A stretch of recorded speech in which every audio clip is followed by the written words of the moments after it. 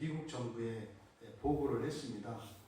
근데 한국 정치 지도자들이 그 최태민이라고 하는 사람을 한국의 라스푸틴이라고 합니다. 이렇게 보고를 했어요. 이 라스푸틴은 우리말로 하면 뭐 난봉꾼 뭐 이런 뜻입니다. 그래서 러시아 말로 방탕한 사람이라는 뜻인데 실제 인물이에요. 이 라스푸틴이라고 하는 사람은. 근데 그 라스푸틴은 별명이었는데 그게 그의 이름이 됐죠. 근데 그 라스푸틴이라는 사람이 누구냐면 그러니까 지금 이제 러시아죠. 러시아 전에 소련이었지 않습니까? 그러니까 그 러시아가 공산화되기 이전에 이제 황제가 그 러시아를 다스리고 있었잖아요. 그럼 러시아가 멸망하고 공산화되어지는, 그래서 그 볼셰비키 혁명에 의해서 그 나라가 공산주의자들에 의해서 이제 완전히 전복되는 그 중간에 큰 역할을 했던 사람이 그 라스푸틴이라는 사람입니다. 근데 이 라스푸틴이라는 사람이 누구냐면 자칭 기독교인이에요. 기독교인이죠. 기독교인인데 그 사람은 사실 이제 가난한 농민의 아들로 태어나서 학교를 다녔는데도 글자를 깨우치지 못했던, 그러니까 좀 약간 모자란 사람이었습니다. 어릴 적에. 그랬던 사람이 이제 굉장히 고행을 강조하는 수도원에 들어가서 수사가 돼요. 그리고 나서 이제 이 사람이 예루살렘으로 가가지고 거기서 이런저런 이적들을 막 일으킵니다. 그래서 굉장히 유명세를 탔어요. 그리고 이제 자기 고국으로 돌아오는데 그때 러시아의 황태자가 이제 혈우병에 걸려서 이제 피가 막 지혈이 되지 않는 굉장히 이제 목숨이 위험한 지경이었는데 기도로 고칩니다. 기도를 해서 그 황태자를 고쳐요. 그렇게 하면서 이제 그 황후의 절대적인 신임을 얻어가지고 그때 이제 그 러시아의 그 정치에 직접적으로 관여하게 됩니다. 그래서 뭐 어마어마한 세금을 자기가 거두어들이고 그것을 자기 재산을 축적하고, 그래서 농민들이 막 반란을 일으키니까 뭐 그냥 총탄을 부어가지고 러시아 역사에 피해 일요일이라고 하는 것을 만들어낸 사람이 그 라스푸틴이라는 사람이에요. 근데 그 사람이 그 별명이 라스푸틴이었던 것처럼 그의 엽기적인 행각과 그런 방탕한 생활을 이루 말할 수 없습니다. 그리고 굉장히 기묘한 사람이에요. 뭐 그에 대한 이야기를 보면 막 전설이 있을 정도로 굉장히 하여튼 뭐 특별한 사람이었으면 틀림없어요. 근데 제가 이제 그 사람을 거론할 이유가 뭐냐면 그 라스푸틴이라고 하는 사람이 그렇게 아주 정말 이렇게 고행을 강조하는 수도원에 들어가서 기독교인이 돼서 기독교인으로서 수사가 되었는데 어떻게 극단적으로 이렇게 방탕한 사람이 됐을까? 어마어마할 정도로. 근데 그 사람이 그렇게 되었던 그 신앙적인 근거가 이신칭의 교리였어요. 믿음으로 의에 이른다고 하는 이것이 믿음만 있으면 내가 어떠한 일을, 어떠한 삶을 살아도 나는 의에 이룰 수 있다라고 완전히 왜곡시켜 버린 거예요. 그러니까 나쁜 짓을 하면 할수록 마치 믿음이 더 좋은 것이냐. 이해되세요? 그러니까 믿음이 나를 의롭게 하는데 어느 정도로 의롭게 하냐면, 그러니까 내가 악랄한 죄인이고 못된 죄인이면 죄인일수록 내가 의롭게 되면 하나님의 은혜가 더 커진 거죠. 이 지금 이런 일이 역사적으로 실제로 일어났습니다. 그러니까 마치 믿음으로 의에 이른다라고 하는 이것이 성경에 있는 모든 율법들을 폐기시키고, 율법은 구약에 다시 말해 믿음에 반하는 것이다라고 하는 이런 잘못된 생각이 얼마나 우리의 신앙에 이 독약이 되는지 역사적인 교훈들은 많습니다. 실제로 마틴 루터 자체도 죽기 전에 그걸 경험을 했다고요. 마틴 루터도 그거를 취소하고 싶었다고요. 이게 바로 6장 1절과 2절에서 주었던 사도 바울의 이 강력한 이 경고, 이것을 미처 주의를 기울이지 못했기 때문이었습니다. 이것은 그런 러시아 역사뿐만 아니라 우리나라도 실제로 그랬다고요. 그 최태민이라는 사람이 이게 역사에 등장한 게 비슷해요, 실제로. 네. 그래서 영부인이 돌아가시고 나서 그때 이제 영의 어떤 사람에게 나타나가지고 그때부터 정말 나중에 알고 보니까 엄청나게 이 나라 정치를 완전히 좌지우지했던, 그러니까 러시아 사회와 되게 비슷해요. 근데 사실은 우리들이 마음 아픈 것은 30여 년 동안 정치 지도자들은 다 알고 있었다는 거예요. 근데 국민들에게는 알려지지 않았었어요. 나중에 이제 힘이 약화되니까 그때 가서 이렇게 터뜨리고, 그래서 이제 정략적으로 이용한 사건이었죠. 근데 그것이 그 정치 지도자들이나 이 나라의 사회 지도층 인사들 가운데는 기독교인들이 적지 않습니다.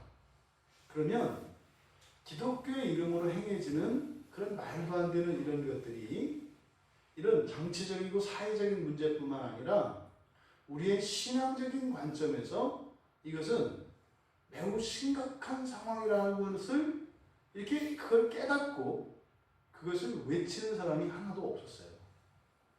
그러니 그 피해를 우리나라 국민들도 고스란히 떠안았던 것입니다. 지금 1절과 2절에서 이야기하는 바울의 이 진술은 가상의 질문에 대하여 대답하는 방식으로 되어 있습니다. 6장 1절에서 그런즉, 그런즉은 사실 앞에 5장에서 진술하였던 20절, 5장 20절, 21절에 이어져서 이렇게 쭉 논리적으로 진술을 합니다만 요 사이에 가상의 질문을 던지는 어떤 사람을 세우는 겁니다. 그러면 그렇게 죄가 있는 곳에, 죄가 더한 곳에 은혜가 넘친다면, 그러면 우리가 죄를 막 더 지으면 거기에 은혜가 더 넘치겠네? 그럼 내가 막 살아도 되겠네? 이렇게 질문한 것에 대해서 바울 사도는 아니라는 거예요. 그렇지 않다 라는 것을 1절과 2절에서 이야기합니다. 1절에 우리가 무슨 말을 하리요? 우리가 무슨 말을 하리요? 은혜를 더하게 하려고 죄에 거하겠느냐? 여기서 한마디로 죄에 거하겠느냐? 그럴 수 없다는 거죠. 그럴 수 없다는 거죠. 여러분, 은혜가 더 임한다고 해서 죄를 짓는 것은 결단코 정당화될 수 없다는 겁니다. 그래서 결과적인 측면에서 우리가 죄에서 완전히 자유로울 수 없는 이 원죄의 비참 아래에 있는 우리의 처지에 위로하시는 하나님의 그 은혜를 우리가 의지적으로 적극적으로 저지르는 죄에 대해서도 하나님께서 은혜를 주실 것이라고 하는 생각은, 이것은 은혜를 원수로 갚아도 되겠습니까? 라고 하는 것과 다르지 않다는 것입니다. 당신이 무한히 사랑하신다면, 내가 죄를 지어도 그것을 은혜를 베푸시는 분이라면, 그러면 어디까지 은혜를 베푸시는지 내가 한번 죄를 져봐도 되겠습니까? 라고 하는 이런 것은 망발이라는 거예요. 이런 일은 있을 수가 없죠. 1절의 끝에 죄에 거하겠느냐 이렇게 말씀했어요. 이 죄에 거하다 라고 하는 이 에피메노는 우리가 주일에 살폈던 그 갈라디아서 1장 18절에서 나오는 그 얘기입니다. 그러니까 죄에 거한다 라고 하는 것은 죄와 함께, 죄를 향하여 이렇게 살아가는 것을 말하는데, 1절에서 말하는 이 죄에 거한다 라고 하는 이것은 우리가 죄에서 벗어나려고 하지 않을 수 없다는 것을 얘기하려고 하는 거예요. 그러니까 죄에 거한다라고 하는 것은 죄에서 벗어나려고 하지 않는다 이런 뜻이에요. 그러니까 우리들 신자 안에 내 안에 있는 이 죄에 대해서 그냥 방관하고 그냥 아무 생각 없이 그냥 하나님의 은혜로 그걸 버티며 살아갈 수 있으니까 그냥 은혜요 은혜요 하면서 그대로 살아갈 수 있느냐 이렇게 이야기를 이렇게 질문을 던지는 겁니다. 그러니까 죄에 은혜를 더하게 하려고 죄에 거한다라고 하는 것은 은혜가 있다고 해서 그 은혜가 있다고 해서 죄 가운데 살아가는 것을 이렇게 체념하고 운명으로 받아들이고 또 견딜만 하다고 생각을 하거나 또 적극적으로 거기에 적응하면서 살려고 해서는 안 된다는 겁니다. 심지어 이 운명으로 받아들인다는 건 그겁니다. 나는 어쩔 수 없다. 나는 이런 사람이다. 이 핑계에 구실은 여러 가지를 댑니다.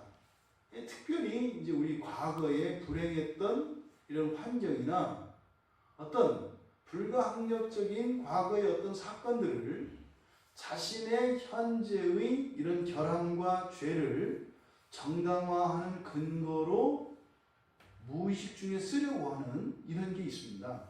이걸 말하는 거예요. 지금 신자 안에 있는 이런 결함과 이런 죄들, 이런 악한 습성들, 이런 것들을 어쩔 수 없는 것이라고 이런저런 어떤 핑계와 명분과 구실을 대면서 있을 수 있겠느냐? 그럴 수 없다는 거예요. 그럴 수 없다는 거예요. 그러니까 이것은 우리가 적극적으로 죄에서 벗어나고자 하는 그 갈망과 이 죄에서 벗어나 더욱 거룩해지고자 하는 이런 의지적인 실천과 하나님께 은혜를 구하는 이런 일들이 있어야 한다는 거예요. 근데 지금 바울 사도는 여기서 가정법을 사용해서 절대로 이런 일이 일어날 수 없는 것처럼 이야기를 합니다. 그래서 신학적으로 이제 논쟁이 돼요. 이렇게 그 죄 가운데서 벗어나려고 하지 않는 사람은 그러니까 신자가 아니다. 이렇게 또 이제 갈 수 있어요. 문법적으로. 근데 6장의 이제 뒤쪽의 진술을 보면 이제 그 이야기가 아닙니다. 이것은 사실 뭐예요? 도저히 상식적으로 납득할 수 없는 그리고 신자들에게는 어울리지 않고 일어날 수 없는 그런 일들이 일어나는 이 이상한 현상에 대해서 바울 사도가 이야기하는 거예요. 어떻게 예수를 믿은 신자인데 왜 이런 일이 일어날 수 있는가? 이런 것은 여러분들이 생활하면서도 이미 경험할 수 있습니다. 어떻게 예수를 믿는 사람들이 저럴 수 있지? 좀 너무 심한 거 아닌가? 이제 겉으로 말은 못해도 저 사람은 예수 믿는 사람이 아닐 것 같다. 이런 일들이 바로 바울 사도의 당시에 지금 로마 교회 안에 일어났던 겁니다. 그러니까 어떤 때는요, 예수를 믿지 않는 사람들 사이에서도 상식 이하의 일이기 때문에 일어나지 않는 또 그런 일을 하면 굉장히 부끄러워하는 일인데도 불구하고 오직 믿음으로 의롭게 된다고 하는 하나님의 놀라운 은혜의 교리가 이런 파렴치한 죄들을 정당화하는 근거로 사용될 수 있는 위험에 대해서 바울 사도가 지금 말씀하고 있는 것이다. 여러분, 그럴 수 없습니다. 그럴 수 없는 이유에 대해서 바울 사도가 뭐라고 이야기하냐면 죄에 대하여 죽은 우리가 어찌 그 가운데 살리요. 여기서 우리가 이 동사를 살펴보아야 하는데 1절에서는 죄에 거하겠느냐, 거하다라고 하는 동사가 쓰였습니다. 그러니까 거하다라고 하는 것은 머무는 거예요. 거기에 지속적으로 머무는 거예요. 떠나지 않고 있는 거예요. 떠나지 않으려고 하는 것. 그 다음에 2절에서 산다라고 되어 있습니다. 산다라고 하는 것은 보다 적극적인 거죠. 적극적으로 이 조회라고 하는 이 말은 여러분, 만약에 여러분들이 지금 여기서 이야기하는 죄에 대해서 죽었다 이렇게 돼 있어요. 여기서 죄에 대하여 죽었다 이렇게 해서 의미가 좀 잘 안 나타나는데, 죄에 대하여 죽었다, 이때 대하여라고 하는 말을 그러니까 도구로 바꿀 수 있어요. 그러니까 죄로 이 말이에요. 그러니까 죄로 죽은 우리. 무슨 말인지 아시겠죠? 그러니까 마치 이런 겁니다. 이게 아주 상습적으로 사람을 속이는 어떤 사기꾼이 있어요. 그 사람이 나를 찾아와서 내가 그 사람한테 깜빡 속아서 손해를 봤다고요. 근데 손해를 봐도 그냥 본 것이 아니라 전 재산을 다 잃어버렸다고요. 이게 이제 죽었다는 거예요. 죄로 죽었다. 죄에 대해 죽었다. 이거예요. 죄로 죽었다. 그 죄가 나를 죽였다 이 말이에요.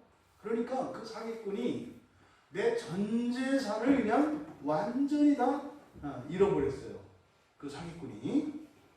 그런데 그 사람이 다시 또 와서 뭔 일을 벌일 때 자기 친척이나 친구들과 이웃들의 돈을 빌려다가 또 다시 할 수 있겠냐는 거예요. 그럴 수 있겠어요? 말도 안 되죠. 말도 안 되죠. 우리 집 전 재산을 지금 다 날려버려서 빈털터리가 됐는데 어떻게 이제는 친구와 친지들의 재산까지 끌어들여서 그런 일을 행하겠느냐 이 말이에요. 절대 그럴 일이 없다는 거죠. 근데 지금 이렇게 바울 사도가 말씀하는 이유는 뭐라고요? 그러고 있다고요. 그리스도인들이 지금 그러고 있어요. 어떻게 이런 이상한 일이 이렇게 일어날 수 있을까? 그러니까 지금 바울 사도께서는 죄에서 벗어나지 못하는 이런 성도들의 그 문제점에 대해서 고민을 한 거예요. 어떻게 예수를 믿고 난 뒤에 사람들이 이렇게 타락하고 이렇게 부패할까? 이 원인이 무언가? 그러니까 바울 사도가 이 부분을 가지고 엄청 고민을 했고 하나님께 기도했고 성령께서 감동을 주셔서 그 답을 얻은 거예요. 그 답을 지금 우리가 살펴보려고 하는 겁니다. 그러니까요, 끝없이 되풀이되는 이 죄의 악순환에서 벗어날 길을 우리에게 가르쳐 주려고 하는 겁니다. 근데 지금 여기서 이제 3절 이하에서 언급하는 내용을 보니까 뭐를 언급해요? 세례를 언급해요. 세례를. 사실 이 세례는 침례라고 했죠. 이제 우리말 성경에 세례로 되어 있어서 이 문맥에서의 설명이나 이런 것들이 잘 안 나타나요. 실제로 침례라고요. 여기서 세례라고 번역되어진 단어는 강에 가서 흐르는 강물에 가서 사람의 몸 전체를 강물에 담그는 행위를 말합니다. 그 침례예요, 침례. 그것이 이제 여기서 뒤에 이어서 죽음과 나타내기 때문에 물 속에 잠기는 그것을 마치 땅 속에 묻히는 것에 이렇게 비유를 하는 거예요. 근데 이제 우리가 머리에서 물을 끼얹으니까 그냥 흙 갖다 뿌리는 것밖에 안 된다. 그렇게 묻히는 기분이 안 나는 거죠. 그러니까 지금 바울 사도께서 성도들의 삶 속에서 일어나는 바로 이러한 반복되는 죄, 오히려 그렇게 예수를 믿고 난 뒤에도 더 방탕하고 타락한 삶으로 가게 되는 그 이유, 그 원인을 지금 바로 세례와 관련지어서 설명하시려고 하는 겁니다. 그러니까 지금 이 문맥에서 바울 사도는 이때 당시의 성도들이 이렇게 하나님의 은혜를 핑계를 대면서 죄를 짓게 되는 그 원인이 바로 세례에 대한 무지와 몰이해에서 왔다는 것을 얘기를 하는 겁니다. 그러면 우리 그리스도인들이 받는 세례, 이 세례는 침례죠. 침례는 뭐냐? 사실 이 구절이 이제 이 6장 3절 4절 3절에서 4절까지 바로 이 부분이 침례교회에서 침례에 특별한 의미가 있다 라고 근거로 삼는 구절이에요. 그래서 세례는 잘못된 것이다. 침례를 해야 된다. 라고 하는 성경적 근거로 삼고 있는 부분입니다. 저도 개인적으로는 세례보다는 침례가 맞다고 생각을 합니다. 왜냐하면 성경 어디에도 이렇게 물을 뿌려서 하는 이런 수세에 대해서 정당화할 수 있는, 그러니까 침례를 버리고 세례로 바꿔야 될 만한 어떤 근거를 성경에서 찾을 수가 없어요. 근데 이것은 하나님의 사랑이라고 하는 그 사랑의 원리에서 강물이 없는 지역, 강이 없는 지역에서 강물에서 침례하지 못하면 침례받지 못하게 되는 게 아니라 그런 비상적인 상황에서 또 강이 있어도 가뭄이 들면 물이 없어요. 그러면 그 해에 태어나는 사람들이나 그때 죽기 전에 믿는 사람들은 침례를 못 받아요.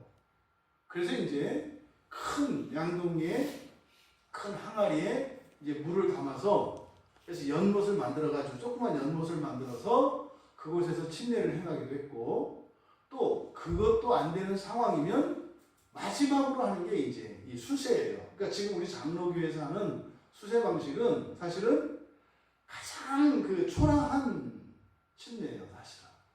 그러니까 정말 없을 때 부득이한 경우에 하는 이것이 사실 세례입니다.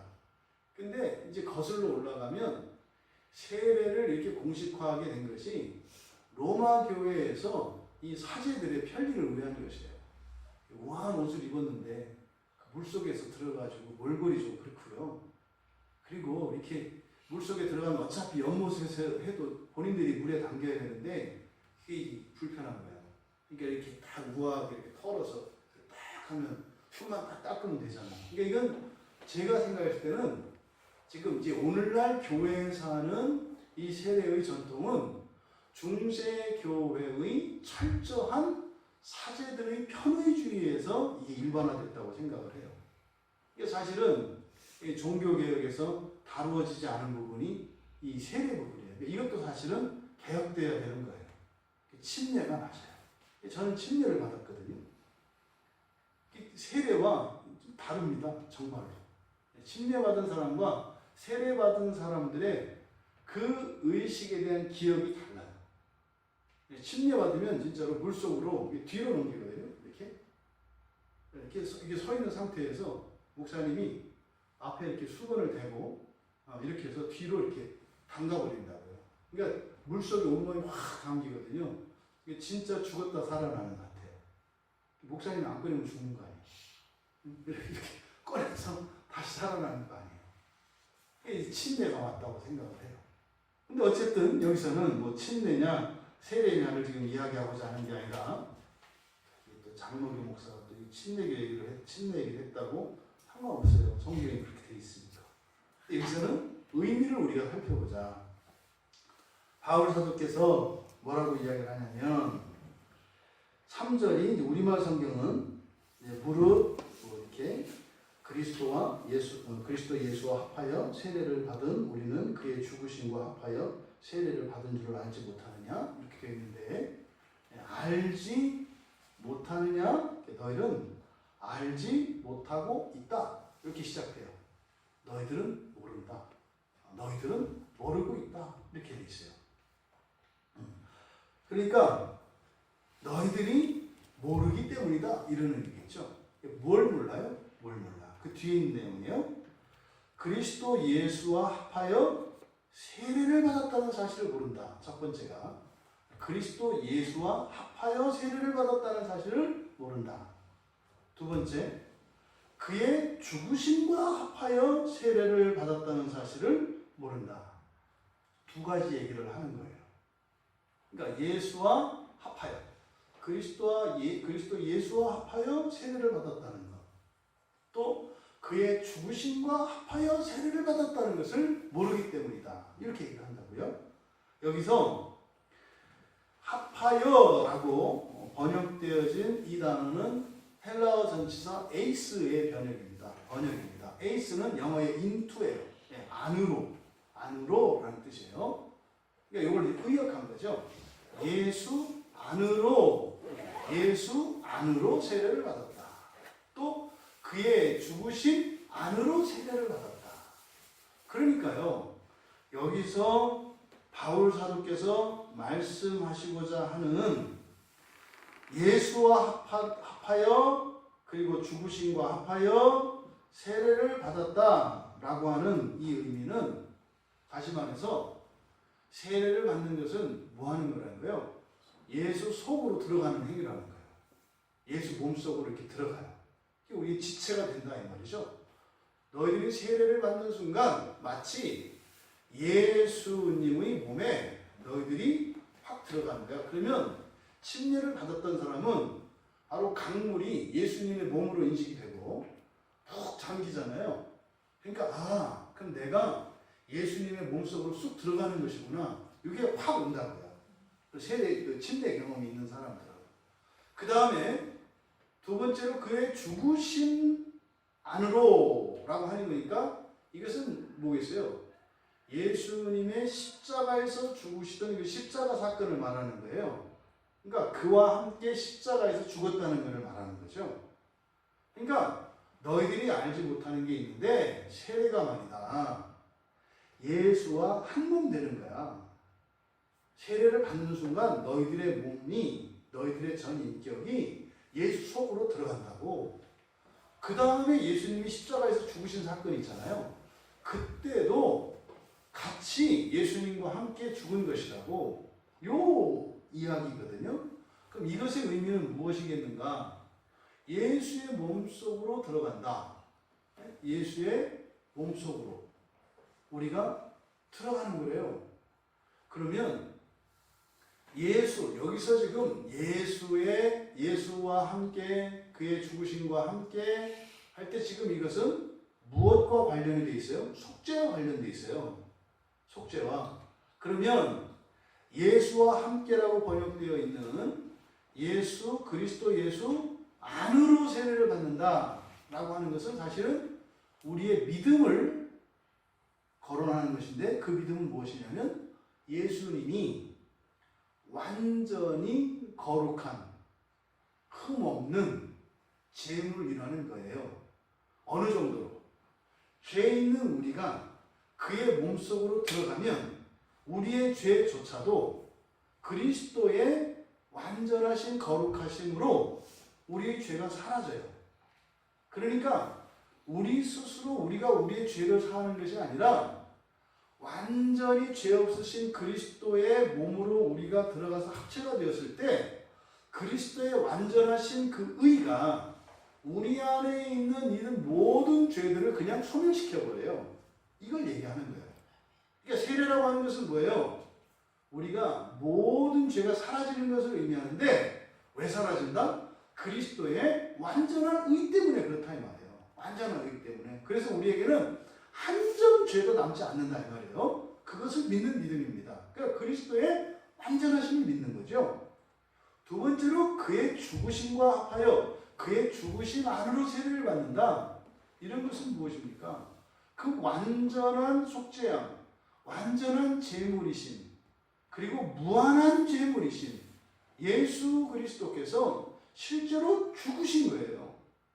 실제로 죽으셨다는 것은요, 그 완전하신 의가, 영원한 생명이 우리의 죄값을 대신 치르기 위하여 지불됐다는 거예요. 지불됐다는 거예요. 그러니까 그의 죽으심과 합하여 세례를 받는다는 것은 우리 안에 있는 이 모든 죄에 대한 값이 치러졌다는 것을 믿는 것을 의미한다. 그러니까 우리는 예수님과 함께 완전히 의롭게 되어서 또 그 우리가 과거에 지었던, 그리고 우리의 미래와 우리의 생존 기간 동안에 짓게 되는 모든 죄에 대한 죄값을 우리가 예수 그리스도의 그 완전한 생명으로 다 대속했다라고 하는 것을 믿는 것이다 이 말이에요. 그 다음에 세 번째, 그 뒤에 이제 4절에서 이어지는 그러므로 우리가 그의 죽으심과 합하여 세례를 받음으로 그와 함께 장사되었나니. 그러니까 우리가 모르는 세 번째는 바로 그와 함께 장사되었다는 사실이에요. 너희들이 이 세례에 대해서 알지 못하는 또 하나가 뭐냐면 장사되었다는 거예요. 이게 장사되다라고 하는 이 단어는 무덤에 묻히는 걸 말해요. 우리는 그냥 땅 속에 이렇게 무덤에 묻고 이렇게 산소 속으로 들어가는 거잖아요. 이렇게 매장되는 것을 말하는 거죠. 이 유대인들의 전통에는 이제 석회 동굴에 굴을 파서 거기다 이제 시신을 안치시키고 동굴의 입구를 막는 것을 말하죠. 그러니까 장사되다라고 하는 것은 예수님이 십자가에 못 박혀 죽으시고 그리고 무덤에 이렇게 안치되어서 바로 그렇게 장사되어진 그것이 누구의 장사다? 우리가 땅에 묻혔다는 거예요. 우리가 바로 예수 그리스도를 믿는 너희 성도들이 그와 함께 장사된 것이다. 이게 뭐라고요? 바로 물속에 이렇게 침례될 때 그때 마치 그것이 이렇게 장사되어지는 것처럼 그런 의미를 나타내는 것이다. 이 단어가 우리말로는 함께 장사되다 있습니다. 이거를 한 단어로 만들었어요. 그러니까 뭐 이건 사실은 우리말에 이게 있죠. 함께 장사되는 합장이죠. 합장. 그래서 함께 장사되다 되었다 하는 것보다는 그와 합장되었다 이렇게 하는 것이 원문의 뜻을 더 살리는 거예요. 그러니까 우리가 그와 함께 합장되었다는 것. 여러분 예수님이 무덤에 장사된 것이 누구의 일이라고요? 나의 일이라고요. 예수님이 십자가에서 죽으신 것이 누구의 일이라고요? 나의 일이라고요. 이 땅에 예수 그리스도께서 하나님의 아들이신데 사람으로 태어나신 그 사건이 누구의 일이라고요? 나의 일이라고요. 여러분이 그리스도라고 얘기하는 거예요. 지금 바울 하도는. 그러면 우리들이 자꾸 우리들의 신앙에서 우리가 이렇게 미끄러지고 게을리하는 이유가 뭐냐면 이렇게 경건의 실천과 하나님의 뜻을 실천하며 살아가는 일에는 되게 겸손한 척해요. 어떻게요? 제가 어떻게 하나님 말씀을 지켜요? 저 같은 죄인이, 저는 원래 죄인이라 그렇게 못해요. 이렇게 겸손을 가장해서 안 한다고요. 그게 또 이제 악을 행하는 일에 있어서는 또 이 교만을 부려서 제가 죄인이라 이래요 이러면서 이제 악에는 그 열심을 내는. 그런데 지금 바울 사도는 성도들 너희들이 곧 성육신하신 예수 그리스도이며 이 세상에 죄를 지고 가기 위하여 오신 속죄양이신 예수 그리스도이며 그래서 십자가에서 죽으신 그 예수가 너희다. 그분은 하나님이시지만 하지만 그분의 삶의 모든 것은 완벽한 너희들의 삶이다. 이렇게 얘기를 하는 거예요. 그래서 지금 바울 사도는 그리스도 예수와 함께 그의 죽으심과 함께 또 합장되었다고 하는 이것을 통해서 우리들이 목표로 삼아야 하는 우리들의 삶은 뭐라는 거예요? 그리스도 예수의 삶과 정확히 일치되는 삶을 목표로 살아야 한다는 거예요. 이 얘기를 하는 겁니다. 예수님은 하나님의 아들이시니까 그렇고 나는 사람의 아들이니까 이럴 수밖에 없다. 이런 생각들이 잘못된 것이다. 이렇게 바울 사도께서 말씀하시는 겁니다.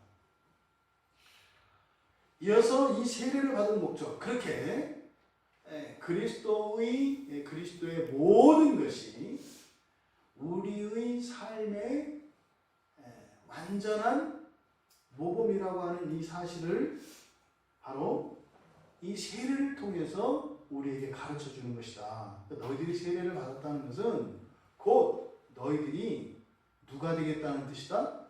예수가 되겠다는 뜻이다. 이 세례라고 하는 것이 단지 지옥 안 가고 천국 간단다. 내 죄가 사해졌단다. 이런 그리스도와 완전히 한 몸 되어지는 이 생각이 안 들어가는 거예요. 오늘날도 마찬가지입니다. 우리가 말로는 그리스도의 몸이라는 이야기를 해요. 그런데요, 사는 건 따로 산다고요. 왜요? 그때는 또 그리스도는 그리스도고 난 나예요. 여기서 말하는 것은 그리스도와 완전히 일치한 삶을 얘기하는 게 아닙니다. 우리는 그리스도가 될 수 없어요. 하지만 우리는요, 그렇게 됩니다. 언제? 주님이 오셔서 우리를 부활시킬 그때 완전히 된다고요. 깜짝 놀란다니까요, 여러분들이. 야, 나하고 예수님하고 또 닮았네? 이렇게 된다니까요. 근데 그것을 이 세상을 사는 동안도 잊지 않고 그날을 지향하며 그렇게 살아가야 돼요. 그런데 자꾸만 우리 안에서는 그리스도의 삶은 하늘을 날아다니는 비행기의 삶이고 우리는 그 비행기를 쫓아다니는 자동차인 것처럼 생각을 하면서 기껏해야 우리는 비행기를 따라가기 위하여 더 속력을 높이며 살아가는 것으로 착각을 한다 이 말이에요. 속력이 있지 않다는 거예요. 뭐예요? 비행기가 돼야 된다고요. 비행기가. 그런데 마치 그냥 자동차로 살면서 비행기만 바로 예수님이신 비행기만 따라다니면 된다고 착각을 하게 되면 이 땅에서 완전한 의와 거룩함은 상대적인 우월감으로만 나타나요. 그럼 뭐예요? 예수 믿지 않은 사람보다 더 착한 사람, 예수 믿지 않은 사람보다 더 인격적인 사람, 예수 믿지 않은 사람보다 더 능력 있는 사람, 예수 믿지 않은 사람보다 더 성공적인 사람, 이 땅에서 자꾸 기재기를 하니까 세례라는 것은 그리스도가 되는 거예요. 그리스도가 되는 거예요. 그러면 그 그리스도가 지상에서의 그리스도와 천상에서의 그리스도는 완전히 다릅니다. 이 지상에서의 그리스도는 끊임없는 자기 비하예요. 끊임없는 자기 비하. 하지만 그 자기 비하의 마지막인 장사됨 그리고 음부에 내려가신 그 이후에는 이제 그리스도의 부활과 함께 승기로 나타난다고요. 그러니까 너희들은 그 승기를 위해서 부활을 위해서 예수와 하나 되어지는 것인데 자꾸 부활하지 않고 이 세상에서 그저 예수의 어떤 능력과 이런 후광을 누리면서 다른 이들보다 상대적으로 좀 유리하고 우월한 삶을 살려고 하다 보면 어떻게 된다는 거예요? 이 이신층의 교회가 우리를 악으로 치닫게 한다는 거예요. 그래서 이것이 바로 바울 사도는 이때 당시 로마 교인들의 그런 잘못, 그런 곡해의 원인이 세례에 대한 잘못된 이해에 있었다라고 말씀을 하셨습니다만 바로 그 세례에 대하여 그들이 잘못 이해했던 그것을 오늘날 우리들도 예외는 아니다. 여러분 스스로 생각을 해보세요. 지금까지 여러분들이 예수를 믿고 살아가시면서 정말 예수님과 완전히 일치하는 그런 나를 목표로 세우셨나요? 안 했다는 거예요. 늘 나는 예수님보다는 좀 못한 2% 모자란 게 정상인 것 같은 그럼 그 틈새에 뭐가 역사해요? 죄가 역사한다고요. 그래서 이 하나님이 정말 이 이신층이라고 하는 놀라운 이 은혜의 교리가 오히려 하나님에게 원수짓을 하는 근거로 사용될 위험성이 있다고 하는 이 사실을 바울 사도는 경고하고 있는 겁니다. 그러면서 우리에게는 이렇게 그렇게 세례를 받는 이런 목적 그것이 뭐다? 이어서 바울 사도는 4절 하반절에서 이는 왜냐하면 아버지의 영광으로 말미암아 그리스도를 죽은 자 가운데서 살리신 것 같이 우리로 또한 새 생명 가운데서 행하게 하려 합니다. 이렇게 되어 있어요. 그러니까 우리가 이렇게 침례를 받는 세례를 받는 그 의미에 대해서 설명을 하고 그 목적이 무엇이냐? 첫째, 아버지의 영광으로 말미암아 그리스도를 죽은 자 가운데서 살리신 것처럼. 그럼 여기서 아버지의 영광으로 말미암아 그리스도를 죽은 자 가운데서 살리셨다. 에게이로 일으켰다는 말인데, 이것은 두 가지 의미를 가져요. 성경에서 이 소유격은 굉장히 중요합니다. 여기에 아버지의 영광으로 말미암아 이렇게 되어 있잖아요. 그러면 여러분, 아버지의 영광으로 말미암는다는 게 무슨 뜻이에요? 이렇게 살리셨는데 아버지의 영광으로 말미암아 살렸대요. 두 가지 의미입니다. 그래서 이거를 주체 또는 객체, 이 소유격을 주체의 소유격, 객체의 소유격 모두 다 의미를 가져요. 뭐다라고 얘기할 수는 없어요. 그래서 둘 다 우리가 그 의미를 그대로 받아들여야 합니다. 첫 번째, 아버지의 영광으로 말미암아 그랬을 때 아버지의 영광이 그리스도를 일으켰다는 거예요. 아버지의 영광이 그리스도를 일으켰다. 또 두 번째, 아버지의 영광을 일으켰다. 이것도 되는 거예요. 아버지의 영광이 일으켰다. 아버지의 영광을 일으켰다. 이 두 가지 다 의미가 되는 거예요. 그러면요, 아버지의 영광이 일으켰다. 아버지의 영광을 일으켰다. 라고 했을 때 주체도 되고 객체도 되잖아요. 그러니까 예수님이 부활하신 이 사건이 뭐예요? 주체도 되시고 객체도 되신다고요. 그러니까 이렇게 죽으셨다가 부활 당하신 것도 예수님이에요. 근데 또 죽은 자를 살리시는, 부활시키시는 분도 누구라는 거예요? 예수라는 거예요. 예수. 바로 이 두 가지를 동시에 지금 하나님의 영광으로 말미암아 이렇게 얘기하는 거예요. 그래서 우리말 성경으로는 단지 이거죠. 성자 하나님이 죽으셨어. 근데 성부 하나님이, 성자 하나님이신 예수를 살려주셨어. 그러니까 만약에 성부 하나님이 살려주지 않으면 성자 하나님은 살아날 수 없는 것처럼 이렇게 수동적인 의미로 오해하기 쉽도록 되어 있어요. 하지만 여기서 지금 초점은 뭐예요? 하나님의 영광이 초점이라고요. 하나님의 영광. 그러니까 부활의 근거인 하나님의 영광, 그것이 주체가 되기도 하고 객체가 되기도 한다라고 하는 이것은요, 권능과 영광이 성부 하나님과 성자 하나님과 성령 하나님이 동일해요. 그러니까 하나님의 영광 그랬을 때는 단지 성부 하나님의 영광만을 이야기하는 게 아니에요. 그것은 예수님의 영광, 성령의 영광, 모두의 영광을 말하는 겁니다. 그러니까 예수 그리스도는 바로 성부 하나님과 권능과 영광이 동실하신 예수 그리스도는 부활의 주체이며 객체이시다라고 하는 이것이 사실은 기독교의 신비 중에 신비예요.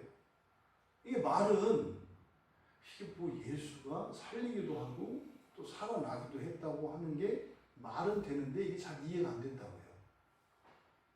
죽은 자가 스스로 살아났다고 하지 왜 그렇게 안 돼?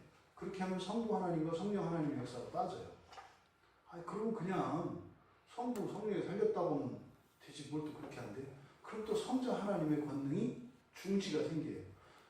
예수님이 십자가에 못 박혀서 장사되셨을 때 그때 예수님의 생명이 사라진 게 아니에요.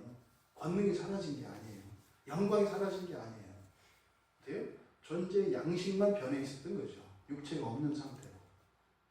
그러니까 이것을 설명을 하기 위해서 하나님의 영광으로 말미암아라고 이야기한 겁니다. 왜 이렇게 복잡하게 얘기를 했느냐? 이것은 사실은 우리들의 부활을 가르쳐 주시기 위한 거예요. 우리들의 부활이 어떻게 일어나는 것인지 그것을 가르쳐 주시기 위한 겁니다. 그러니까 우리의 부활의 근거가 뭐라는 거예요? 하나님의 영광이라는 거예요. 여러분 여기서 계단이 하나 있어요. 걸림돌이. 그래서 하나님의 영광이 우리 부활의 근거입니다 할 때 좀 전에 제가 성부 하나님과 성자 하나님이 서로 떨어지지 않게 하려고 설명을 드렸죠. 물론 죽으신 분은 예수님이지만 또 죽었다 살아나신 분도 예수님이지만 근데 그 예수님이 부활하신 그것이 뭐라 그랬어요? 예수님 자신의 또한 그 영광이 그 부활에 관계되어 있다는 것을 말씀드렸잖아요. 그러면 이게 중요한 거예요. 성도의 부활에도 성도의 부활의 중요한 키포인트는 뭐다? 하나님의 영광이라는 거예요. 그러면 여러분, 사람은 하나님의 영광입니다. 이거를 하나님의 형상이라고 해요. 하나님의 형상.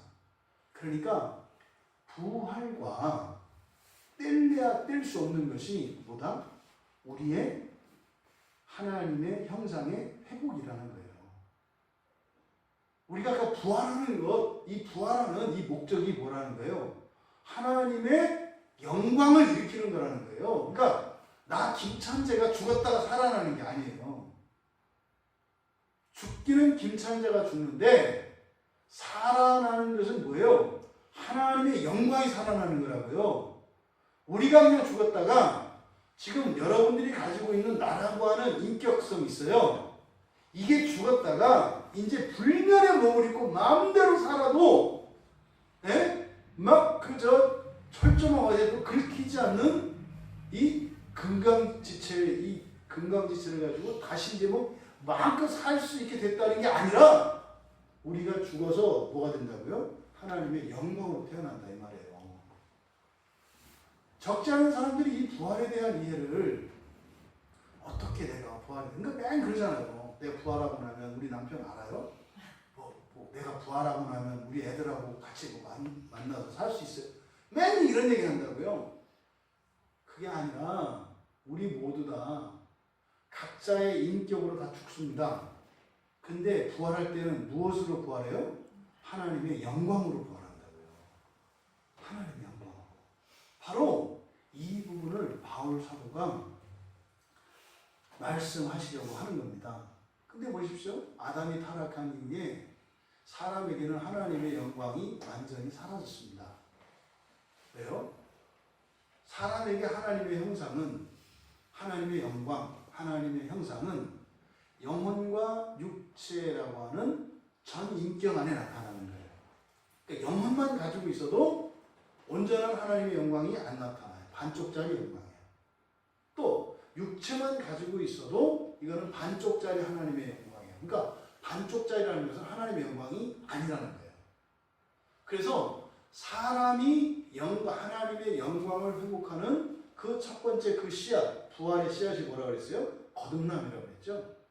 거듭났을 때 드디어 우리가 하나님의 영광이 시작이 돼요. 근데 그 씨앗의 열매가 뭐예요? 부활이라고 했잖아요. 부활할 때 우리는 완전한 하나님의 형상을 회복해서 하나님의 영광으로 부활하게 된다라고 하는 이 사실을 지금 말씀하는 겁니다. 그러니까요. 거듭남과 부활 사이를 살아가는 우리. 그들에게 부어지는 하나님의 은혜. 근데 그 은혜의 방식은 죄가 있는 곳에 더 넘치게 하는 은혜의 방식으로 우리를 날마다 어떻게 하시는 거예요? 하나님의 영광을 회복시키시고 자라게 하는 거죠. 이 그림 안에서 죄라고 하는 녀석은 뭡니까? 하나님의 영광에 반하는 것이에요. 그러면 바로 하나님의 그 영광이 시작되어진 거듭난 성도에게 완전한 하나님의 영광의 부활을 향하여 나아가는 그 여정을 살아가는 신자의 삶 속에 죄와 함께 머무르려고 하거나 죄에서 벗어나지 않으려고 하는 그런 일들은 일어날 수 없는 거죠. 그것과 함께 살아가는 것은 더더군다나 있을 수 없는 거죠. 바로 이 이야기를 하는 것입니다. 그러니까 믿음으로 의롭다 칭함을 받고 오직 은혜로 구원을 받는다고 하는 이 말이 이 복음 안에서는 절대적으로 오해될 일이 없어. 근데 왜 오해가 돼요? 바로 하나님의 영광의 부활이라고 하는 이 개념이 없으면 그것과 상관없이 마치 하나님의 은혜를 가지고 죄와 함께 버타며 룰루랄라 살아갈 수 있는 것처럼 착각하게 된다는 것입니다. 그래서요, 결국은 이렇게 세례를 받은 근본적인 목적은 바로 뭐라는 겁니까? 우리가 어떻게 해요? 새 생명 가운데에서 행하게 하려 함, 이렇게 있어요. 근데 지금 여기는 새 생명 가운데 새 생명이라고 번역이 되어 있는데 이건 새 생명은 아니고 생명의 새로움입니다. 생명의 새로움. 그러니까 새 생명이라고 하면 이 본문의 뜻이 안 나타나요. 생명의 새로움. 그러니까 여기도 마찬가지로 생명의 새로움은 두 가지 의미를 가지죠. 생명이 새롭게 한다는 것, 또 생명을 새롭게 한다는 것, 이렇게 두 가지 의미가 있는 거예요. 그러니까 새 생명 가운데서 행하게 한다, 이 행한다라고 하는 것은 살아간다는 뜻이에요. 그러니까 생명의 새로운 가운데, 이건 뭡니까? 우리에게 있는 생명으로 뭘 하면서 살아간다는 거예요? 새롭게 하면서. 우리가 우리에게 있는 힘과 우리에게 있는 모든 것으로 뭐 하면서 살아간다? 새롭게 하는 거. 누구를? 나를. 그리고 이 세상을. 잊지 말아야 돼요. 나와 세상이에요, 항상. 나와 세상을 새롭게 하면서 살아가게 하기 위해서 바로 이렇게 한다. 그러니까 우리의 생명, 우리의 모든 것으로 나를 새롭게 하고 세상을 새롭게 하기 위해서 살아가도록 하시기 위한 것이다. 이렇게 얘기합니다. 또 두 번째로 또 생명을 새롭게 하기 위해. 그럼 이 세상의 생명은요, 필멸의 생명이가 있어요. 필멸의 생명, 죽어가는 생명. 우리는요, 병들고 약해지고 늙어가고 죽어가는 생명입니다. 그런데 우리는 생명을 새롭게 한다는 것은 뭐겠어요? 불멸의 생명으로 바꾸는 거죠. 예수 그리스도께서 주신 영원한 생명, 불멸의 생명으로 바꾸면서 살아가는 것이다.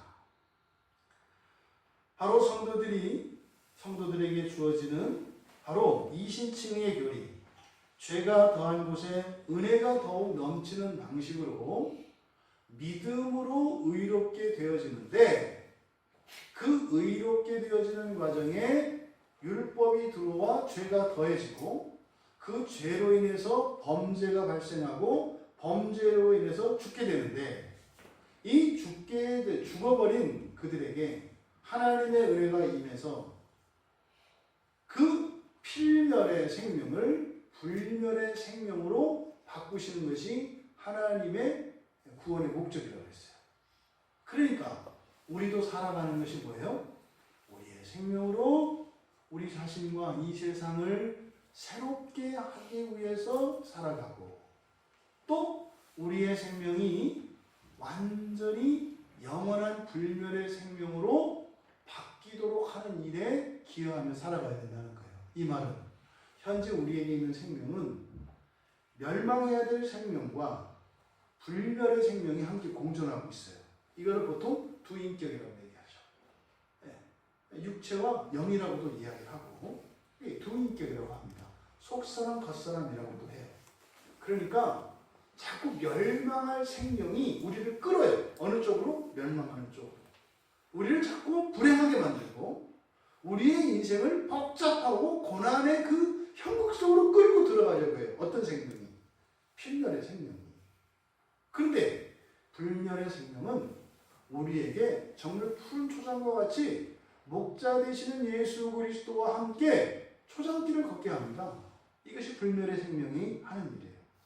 그러니까 우리 안에 이런 필멸의 생명을 완전한 불멸의 생명으로 바꾸는 그 일을 위하여 살아가도록 우리에게 신뢰를 베푸셨다는 거예요. 여러분들이 교회에 나오고 예수 그리스도를 믿고 구원받았다고 하는 이것은 뭐라? 여러분 자신을 새롭게 하고 여러분의 생명을 새롭게 하고 여러분 자신뿐만 아니라 이 세상을 새롭게 하도록 하나님께서 우리를 구원하셨다는 거예요. 그거를 위해서 하나님의 은혜가 죄 있는 곳임에도 불구하고 더 큰 은혜로 우리와 함께 하신다는 것이에요.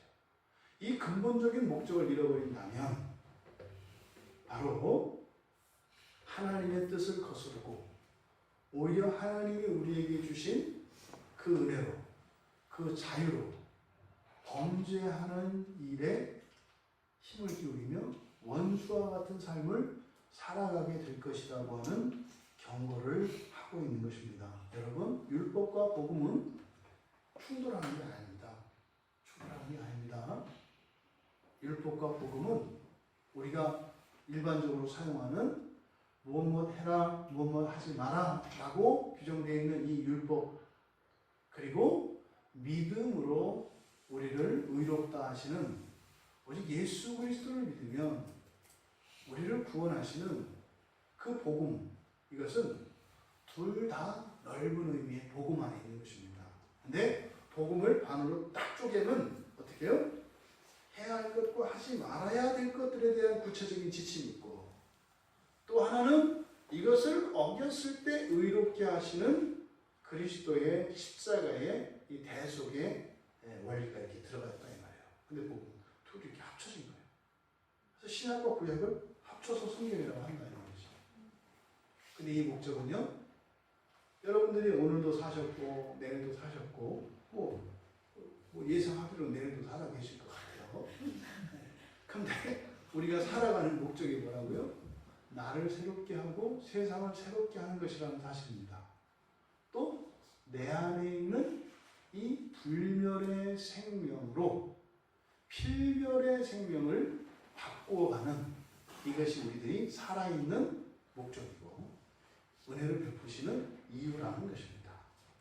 이렇게 우리의 인생이 하나님의 그 선하신 뜻을 따라 하나님이 주신 은혜가 우리가 그 거룩한 삶을 살아가는데 피할 수 없이 일어나게 되는 우리들의 실수, 또 이렇게 적극적인 이런 악들, 그러한 것들에도 불구하고 우리가 낙심하거나 절망하거나 좌절하지 않고 뻔뻔함이 아니라 하나님의 그 큰 사랑을 의지하며 날마다 그렇게 새롭게 되어지기를 바라시는, 그래서 하나님의 완전한 영광으로 부활시키는 그 날을 위하여 힘껏 살아가시는 우리 모두가 되시기를.